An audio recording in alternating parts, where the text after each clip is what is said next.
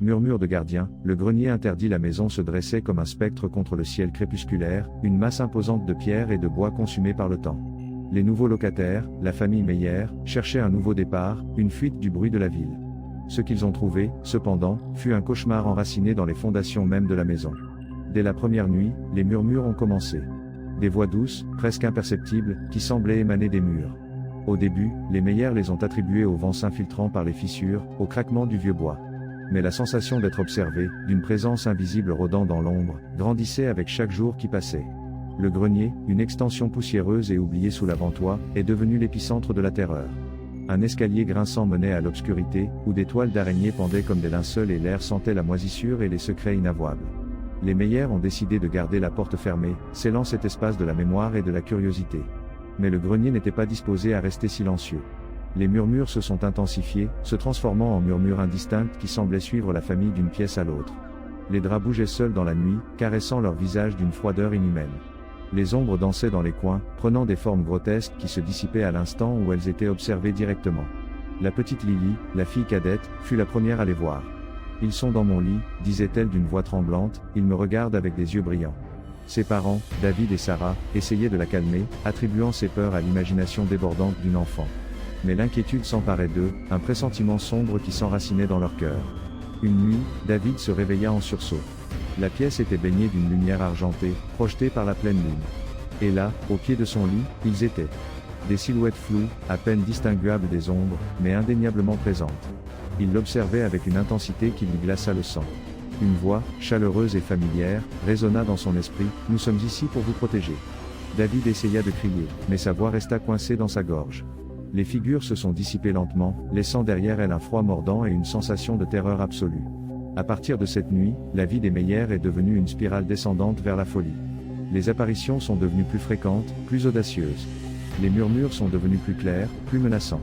La voix, qui au début avait sonné protectrice, distillait maintenant une inquiétude croissante, « Vous ne partirez jamais ». Sarah a commencé à souffrir de cauchemars vifs, des rêves grotesques où les figures du grenier la poursuivaient à travers des labyrinthes interminables.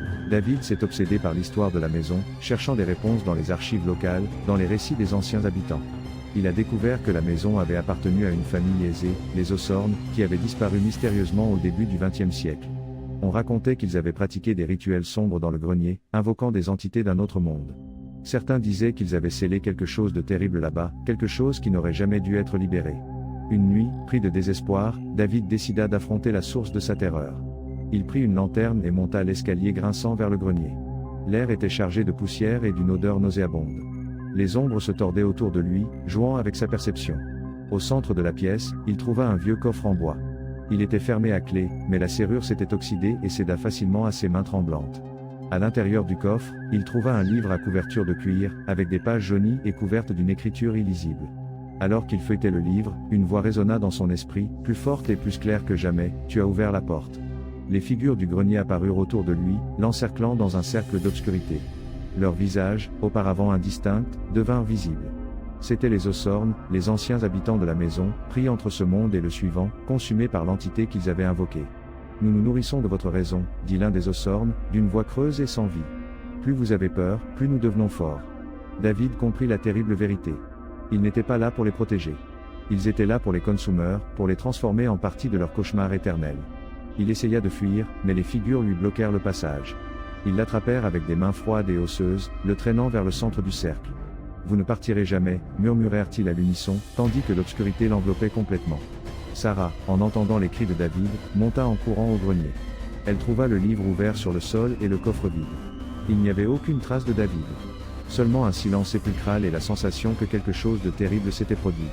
À partir de cette nuit, Sarah et Lily se sont jointes aux figures du grenier, piégées dans le même cauchemar qui avait consumé les Ossorn et David. Elles sont devenues les gardiennes du grenier, murmurant des promesses vides aux nouveaux locataires, se nourrissant de leur peur, perpétuant le cycle de terreur.